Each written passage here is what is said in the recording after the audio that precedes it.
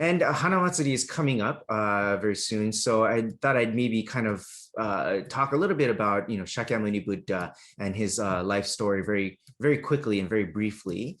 So Shakyamuni Buddha lived around 2,500 years ago, and he was a prince in India, in the old ancient India country.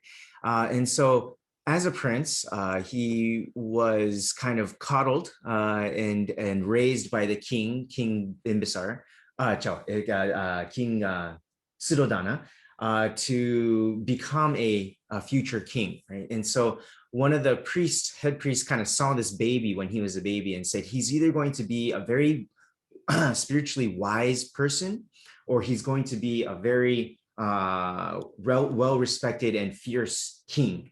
It's going to be one of the two. So the father was very overjoyed. And so he was like, okay, I'm going to raise him to be the greatest king. And so he did not allow Prince Siddhartha to leave the confines of the grounds, the castle grounds. Only healthy young people were allowed in the vicinity of the king or the prince, and he was able to eat all the finest foods, and he had the finest education and the finest training, right, in all the different martial arts and archery and these kinds of things.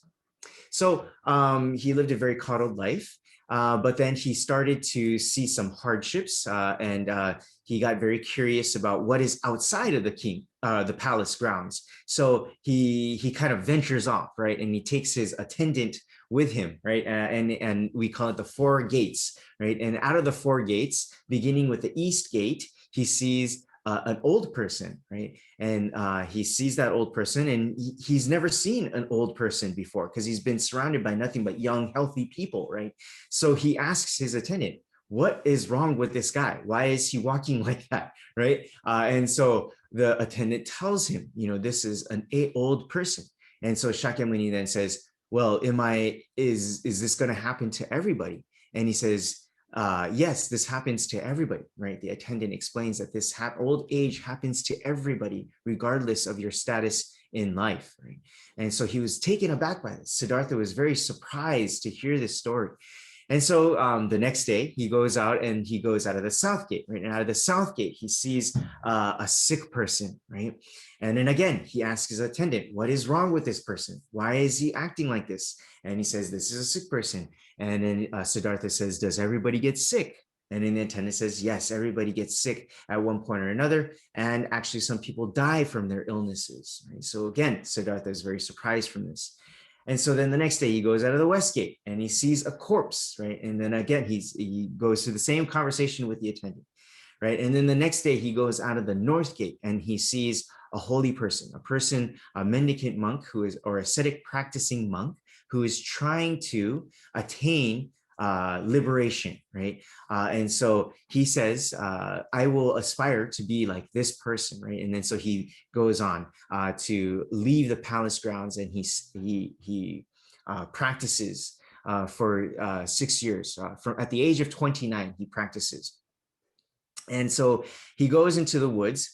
He takes off all of his lavish clothing and these kinds of things and gives his horse to his attendant and says, don't come back. And then he lives a life in rags and tags, right? And practices. And he joins up with a group of 5 folks who are, doing very extremely rigorous practices, like eating like 1 grain of rice a day kind of thing, and standing on one leg and doing meditation for hours on end, trying to attain a state of liberation. And so he does this for 6 years, for a very long time. He tries to practice and practice. He gets really emaciated. He becomes more skin and bones, right? There's statues, you've seen statues of, you see his kind of rib cage, and he's very skinny, right? He was on the verge of dying, right? They said that he could push from the front and touch his spine, and that's how skinny he got.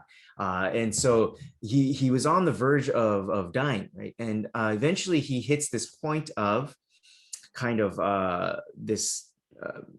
he couldn't go any further, right? And he was very frustrated. And so then he doesn't know what to do and decides to go and bathe in the river, right? And when he bathes in the river, he sees a woman, Sujata, and Sujata offers him a bowl of porridge milk, right? And so he drinks this milk and then realizes at this point that the life of asceticism, this extreme hardship life of trying to attain liberation, was not good. And so the middle way is the right path. And so he in